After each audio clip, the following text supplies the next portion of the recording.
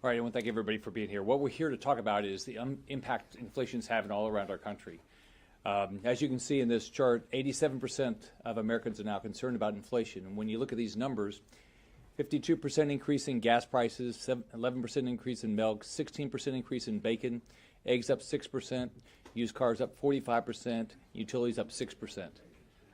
It impacts, as we all know, it impacts the poorest families. It impacts those on fixed income the most because if you're not making a lot of money, your wages never go up as fast as inflation does.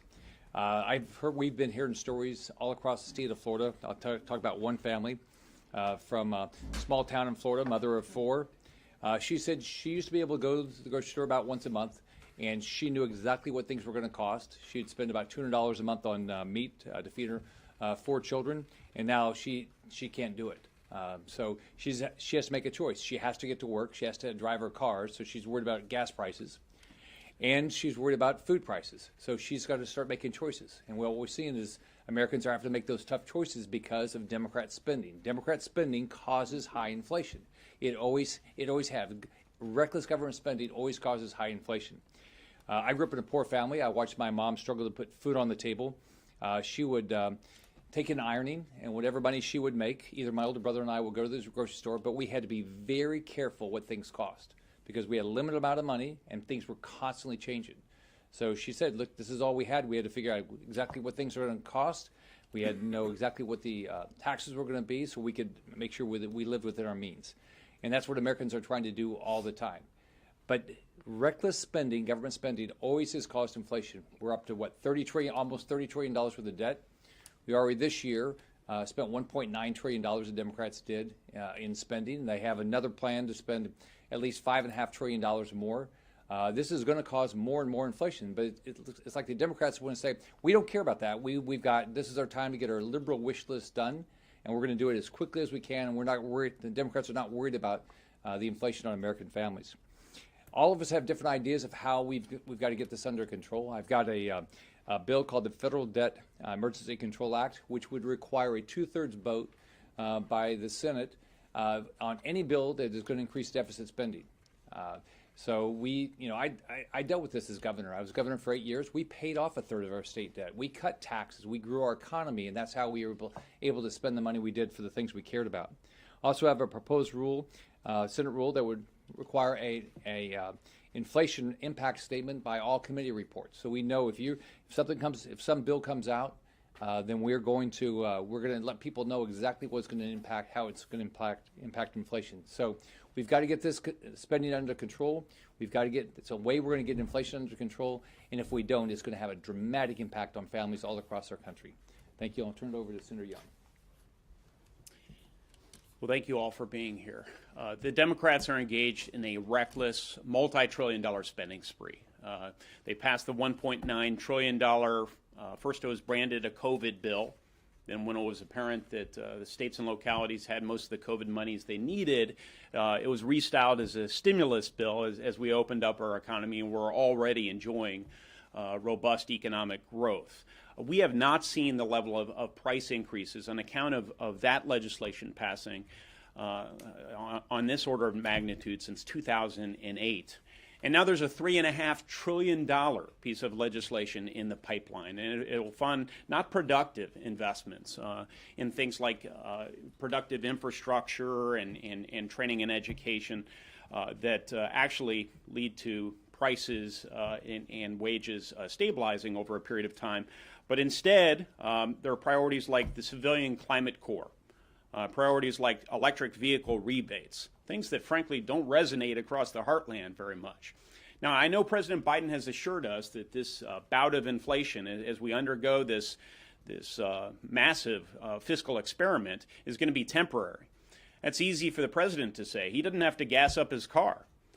He doesn't have to replace household appliances when they go out, as my constituents do. So we are seeing these problems manifest every weekend when I head home. My family's dealing with it just as all other Hoosier families are. Grocery, you go to the grocery, the cost of meat is going up, and cereals, and you go to the cookie aisle, and Oreos have ticked up. You go to restaurants, and they're dealing with price pressures. Housing market, all the inputs that go into your housing, we're seeing challenges there. So this is a function of the Democrats' spending spree, and under Republican leadership, it bears reminding. We had increasing wages across all racial and ethnic groups, across all income groups, and we had stable prices. We need to return to that era of Republican leadership. Well, all eyes are on the bipartisan negotiations over infrastructure, and I, for one, wish them well. I'm looking forward to seeing the language and the pay-fors, because I want to make sure it's responsibly paid for. But even though the negotiations in the Senate are being handled, I think, responsibly, Speaker Pelosi and Joe Biden have made clear what their game plan is. Even were the Senate to pass this bipartisan infrastructure bill, they intend to not pass that until they get a chance to pass this $5 trillion plus reckless spending spree that's otherwise known as reconciliation. There's already a trillion dollars in funds that Congress has appropriated, according to the GAO in this morning's Wall Street Journal, $1 trillion of funds that have not yet been obligated from the previous COVID-19 spending bills. So to spend more money just because you can muscle the votes, is completely irresponsible. Inflation's at a 13-year high, and our national debt is at the highest level it's been since World War II. As you've heard, families are seeing higher prices across the board, and now is not the time to throw further gasoline on the fire and exacerbate what is already a very concerning condition with regard to high inflation.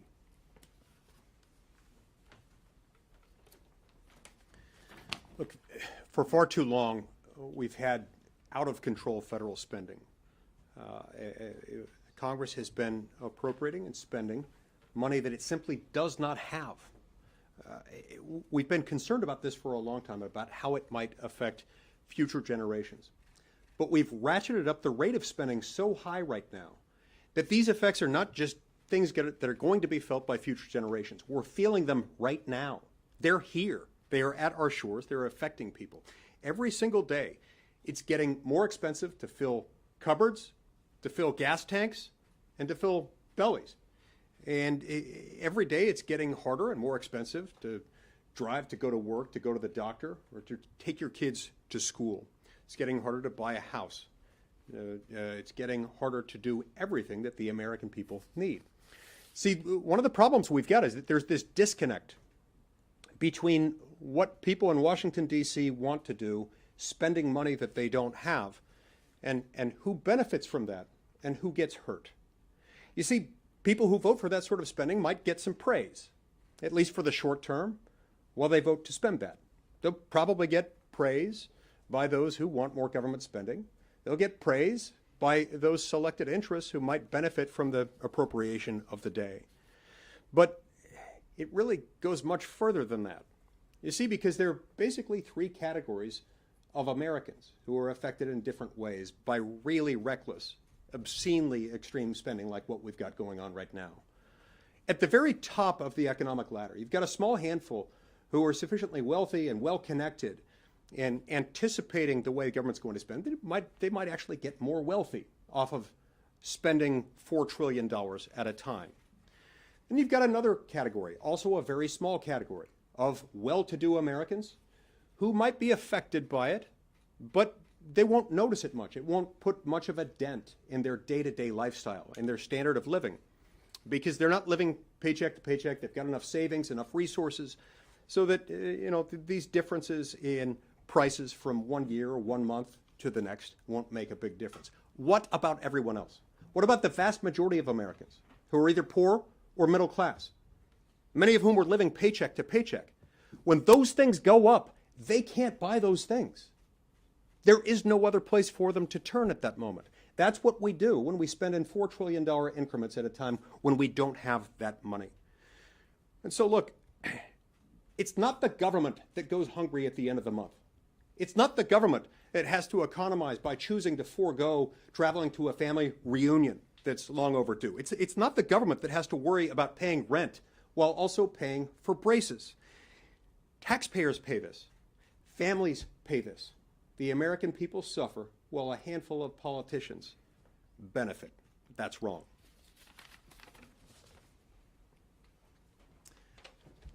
Thank you all. When Senator Scott organized this event to talk about the impact of inflation, I was reminded of a few months ago when the question of the week from the Capitol Press Corps to several of us was, are you at all concerned that the message of inflation isn't getting through? Are you at all concerned that your message about inflation isn't resonating with the American people? And I said, no, I'm not at all concerned, because, of course, the day will come when you won't have to explain it to anybody.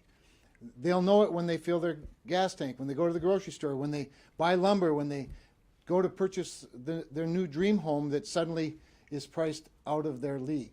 That's exactly what's happening right now. You cannot pour water on someone's head and tell them it's raining. They know better. And they know not only the effects of the Biden and the Democrats' reckless spending that has created this inflation, they also know that they've been lied to about it, and they continue to be lied to about it. This transitory, a fancy new word for temporary. No kidding. Inflation's always temporary. It's just that the floor never comes back down. And so the next time there's inflation, it's built on a higher floor. And so the message is resonating, not so much because we're standing here, but because people are experiencing it. And now they want to add another $3.5 trillion of reckless spending, non-productive spending, spending that's just simply, designed to be, quote, stimulus, but doesn't really build anything that's an asset that has any value or purpose other than to spend money. So it's a big week, obviously, this week. I know there'll be some questions about that. But we cannot take our eye off of the ball when it comes to this $3.5 trillion spending spree, the wish list that the liberals are going to try to jam down our throats in a straight partisan manner. The American people want less partisanship. They want more responsible governing. They want us to stay within our means like they have to. Our means continue to go up. We print more money. Their means continue to stay flat while the cost of everything gets higher. So I want to thank Senator Scott for his leadership on this issue. It's a really important issue for the whole country. I want to focus on one area in particular, energy.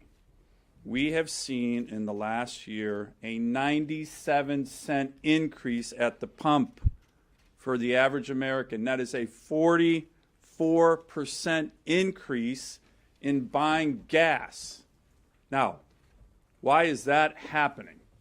We all know why that's happening. You know, in the phrase of a former Democratic strategist, it's the policy, stupid.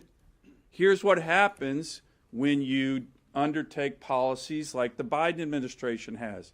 A, they are restricting production of American energy. That's happening. We all know it. B, they're going to Wall Street to try to influence woke CEOs to tell them don't invest in the energy sector. That's happening. We know it. And C, they are saying the modes of transportation for energy, pipelines, for example, they're going to restrict those. These are the policies of this administration when it comes to energy. Let me give you one more that's not often noticed. In the president's budget for the Corps of Engineers, a really important agency, they said they're not going to fund any Corps of Engineers projects that helps move or subsidize hydrocarbons. Pipelines, harbor dredging. Some estimates are that's about 40 to 50% of the Corps of Engineers budget that they're going to redline. So this is what happens when you restrict energy production, you restrict supply. It's actually a double whammy for working families. It drives up prices, as we're seeing. That really, really hurts people at the pump, and it kills really good working class jobs in the energy sector by the thousands. These are the policies that are doing this. They need to be reversed. we all know what happened last year. If you want to talk about a rainy day, last year was a rainy day. There was additional spending that went along with that to be able to help get us through that point. But as we come out of that time period and as the economy begins to accelerate, right on top of that, Democrats spent $2 trillion paying people not to work, sending additional money out to individuals. Even economists on the left said this is a bad time to be able to do this. This will cause inflation. Don't do it. All of us stepped up and said this is the wrong direction to go. But they used the tool of reconciliation to be able to push through what has created this dramatic inflation in our economy.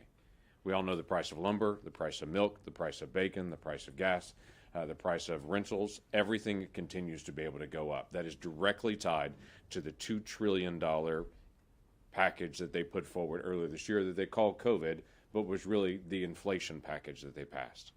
Now, I find it very interesting that when Republicans had the opportunity to be able to pass a reconciliation bill, we used that opportunity to pass something that would dramatically help everyone in the economy, would lower taxes, and would simplify the structure. Democrats are talking about their bill that they'll do later on this year to be the largest tax increase that's ever been done, and that will dramatically increase entitlements. The same type of things that were done earlier this year that created more inflation, that's what they want to do twice as much of. Again, we lose track of these numbers because they're big. So let me just run this past us real quick.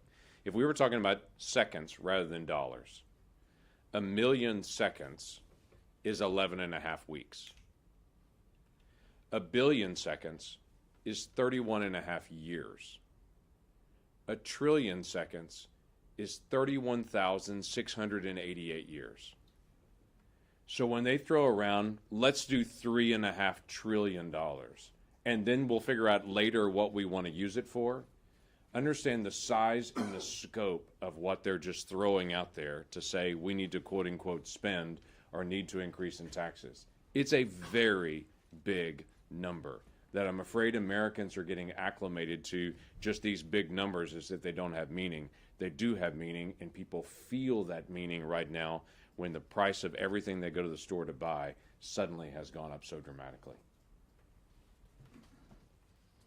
Thank you all for being here. You know, I think the human consequences of what lies ahead, it's very important for us to take into account. First off, last year, on 5 different occasions, we came together on a bipartisan basis to confront the challenges that COVID caused all of our citizens and businesses to face, and we did a good job. But in January, the leadership in the White House and the leadership here in Congress decided to go a completely different way, the $1.9 trillion that my colleagues have spoken about. I've talked to I serve on the banking committee. I've talked to a lot of people in the financial services sector, and quite honestly, most of them are optimistic about our chances at recovery. But I always ask them at the end of the discussion, I said, but what if the federal government passes a $3 trillion or $5 trillion additional package in the wake of the $1.9 trillion at the beginning of the year? They said it will not end well. It will cause these numbers to be probably numbers we will want for. Inflation will continue. Even the economists no longer are using the word transitory because that tends to mean temporary. Yeah, inflation will go away at some time, but I think it's going to be after all the gains were erased from the Jobs and Tax Act of 2017. You know, back in January of last year, wage growth was up. Employment among women and minorities were at historic highs. We're going to see the exact opposite of that occur as the Democrats continue their spending spree, but we also have to talk about the taxes. If you game out what they could actually raise to fund that $3.5 to $5 trillion package, whatever it is, maybe $1.5 trillion, $2 trillion in additional taxes, then there's going to be a huge human consequence for that beyond the inflation pressures. And I worry most about the ones who are going to struggle the most. They think for some reason that the Democrats are taking care of them, but they're not. Back in the late 1970s, I was living in a trailer park, working in a warehouse, and going to community college at night. We saw the inflationary pressures then. It was the difference between me being able to put $5 or $10 in my gas tank. It was the difference between me eating a Swanson TV dinner, which at the time I remember vividly was 99 cents, and having a meal that was maybe a little bit more filling, a little bit more nutritional. No offense to Swanson. But that's what we're talking about. We're not talking about rich people being harmed by this. They talk about a tax on the rich. That's not the people who are going to be the consequences of this reckless tax and spending spree. It's going to be the people on the economic bubble. And the Democrats should know that. And the American people should know that we are doing everything we can to fight it. Finally, I am on the G20 group that's working on a bipartisan infrastructure bill. That bill, I believe, is responsible. I think it's focusing on infrastructure that makes sense, that the American people understand this infrastructure. Roads, bridges, ports, airports, and broadband, a modern part of our infrastructure. That's the sort of stuff that we need to get done here. And the Democrats, if they move forward with a spending bill, need to be honest about what their priorities are and what the likely consequences will be. To imagine $4 trillion on top of the $6 trillion already spent on COVID relief, it is an astonishingly high amount of money that our country just cannot afford. Now, people ask about, well, what about the bipartisan infrastructure bill? Well, Nancy Pelosi has made it very clear, she did it on a Sunday show this past week, that that will never see the light of day in the House unless and until the much bigger, which they call $3.5 trillion spending bill, gets passed in the Senate and sent to the House. It wasn't a negotiation. Oh, no. It was a hijacking. It's bad for America, bad for the economy. And Nancy Pelosi isn't just a hijacker, she is also an arsonist, because she is pouring jet fuel on the flames of inflation with this kind of spending. So the question is, who are going to be the victims of this? Who are going to pay the price? Well, it's seniors, it's people living on a fixed income, it's young couples starting out, it's all Americans, all of middle class. Anybody that buys gas or groceries, pays rent, everybody is paying more. Their paychecks are being eaten up by this. People in Wyoming who fill up now are paying about $25 more per fill up than they were the day that Joe Biden took office. Go to the grocery store for a weekly shopping trip, paying about $25 more from groceries than you were the day Joe Biden came into office. That's what we're looking at.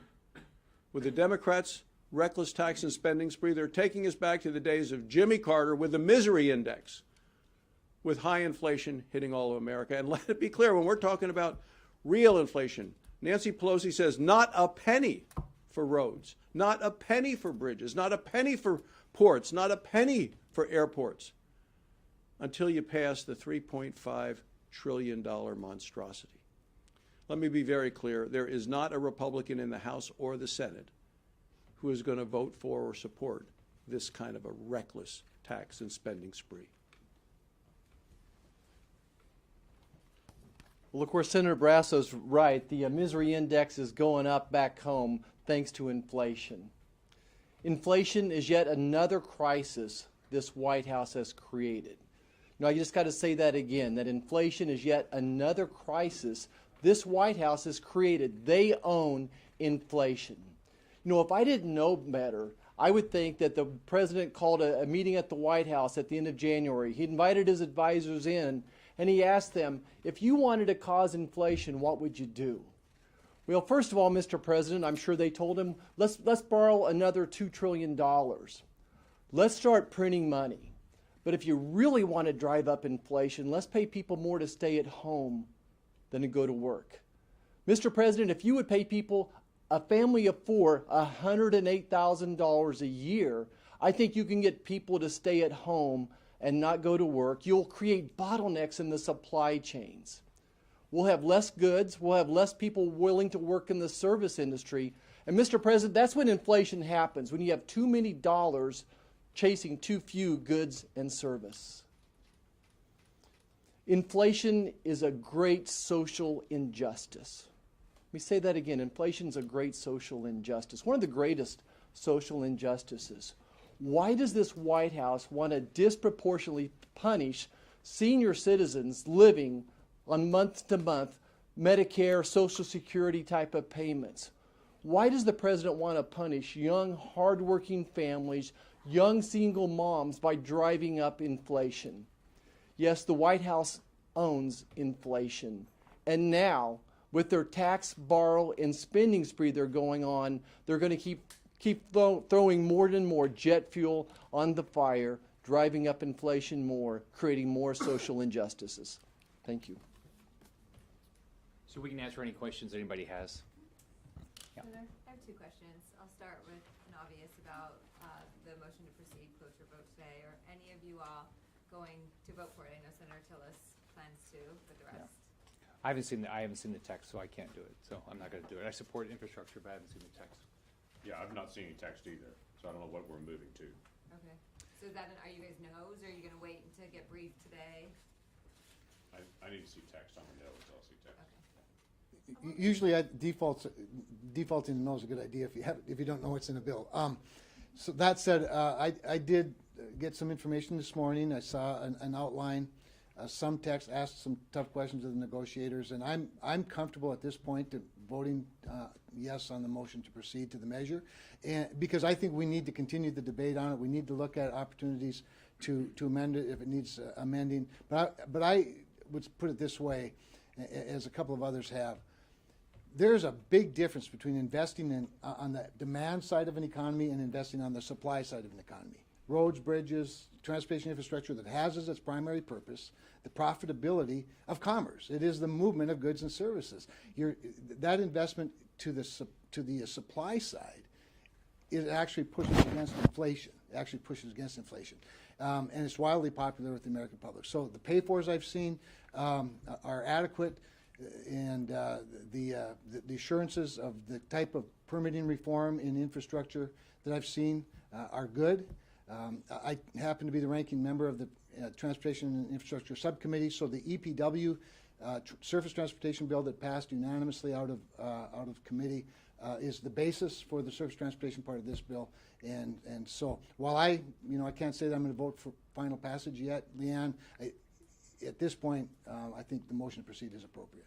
Yeah, just to add a little bit to that. First off, there's a lot of language out there that can be reviewed, and it's incumbent on us to get it to the members, because the underlying bill is based on several provisions that have gone through committees. The permitting is probably a good example of it. So I'm voting to get on the bill, and like Senator Kramer, we have to see what amendments get processed, what may change the underlying bill. But I also think that the pay-fors are solid. Not a single tax increase. The Jobs and Tax Cut Act is preserved. A hard pay-for scored by the CBO. Reallocation of COVID monies for, I think, a better and higher use are all elements of the deal we'll be discussing with our colleagues today. Great. And my second question, if I could ask, is in the $3.5 trillion bill the Democrats are trying to push, there's a component in there up to $300 billion on expanding home-based and community care for the elderly by expanding Medicaid eligibility requirements, or incentivizing it, I guess, for the states. Is that something that you guys would be open to or would support? Could you support that? The way I look at it is I'm going to look at every part of it. If there's something that I like, I would say, why don't we do that independently? But spending $3.5, which is actually $5.5 trillion, with no ability to pay for it when we have $30 trillion worth of debt, where we're seeing inflation like this, I think we've got to be very cautious. We have to figure out how to live within our means. I did it as governor. I walked in with a $4 billion budget deficit. I balanced the budget. I started cutting taxes, and we actually paid off a third of the state debt. We can do the same thing up here if we start allocating our dollars and quit just throwing money at anything and everything without getting a return. I'm just wondering, do you think the government should implement price controls if inflation continues to go up? I don't believe in price controls. I don't believe price controls have ever worked. I worked in a grocery store in junior high and high school, and there was price controls, and all it did was create shortages. Do you think there's another solution? Because we know that inflation has been an issue for a long time. Do you think there's another solution that Congress and the White House could work on to potentially, not saying that it's, there's many factors involved in that, but I'm just wondering. Live within our means. Hope, is there any way? Yeah, it's going to happen. It's going to happen at some point. Because everything will force it to happen. I mean, people are going to vote over this. They're going to vote over what's happening to their pocketbooks. See, when I was governor, I thought there's three jobs: make sure people get a job, make sure their kids get a good education, make sure people are safe. We're making it impossible for people to do the first because, one, whatever they make, it's not going to be enough to support themselves. That's what you should be doing, and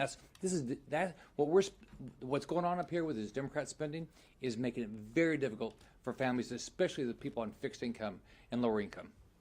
But listen, the White House could stop this. They've created this crisis. They could stop this crisis with policy. They could stop borrowing money, stop printing money, and stop paying people more to stay at home than going back to work. All of those things would slow down inflation. Senator Marshall, about masks. On this topic of spending, I'm wondering, are any of you objecting to the emergency supplemental on security? I'm not. Okay. Senator Marshall, I believe you have a hold on the security supplemental on the Afghan special immigrant visa policy. Is that accurate? That's not accurate? Not to my knowledge. Thank you, Senator Marshall, yesterday you said there may not be a good basis for masks based on the CDC order. Can you clarify? Are you saying that the science behind mask wearing doesn't work? I don't think that anyone's proven that wearing masks. Let me back up and say, I don't think that wearing masks help people that have had the vaccine or that have already had the virus. No one has shown that at all. And really, no one has shown really from a practical application that wearing masks, it works. I think that, especially I look at grade schools and then when I see people wear masks, I think it's almost, you're fooling yourself. That if you really think that mask is going to stop a particle that's smaller than the fibers, that mask would work. N95s might work, but I think where people get the viruses is putting the mask on and off and they're touching themselves. In a perfect world, if you lived in a vacuum, maybe the mask would help some. But there's certainly no benefit that I can see once you've had the vaccine or if you've had the virus. I think that there's certainly some downsides to them, or psychological problems that they create, especially for our children and our senior citizens. Don't you wear a mask in a medical setting, though? What's the difference? Masks don't work. I think in a medical setting they do. They decrease the amount of bacteria that I might be passing on to a patient. I think that's more of a vacuum, a perfect situation that protects the patient. But as far as once I step outside the operating room, that's why we take them off. So I think they have some benefit in a vacuum. Thank you. But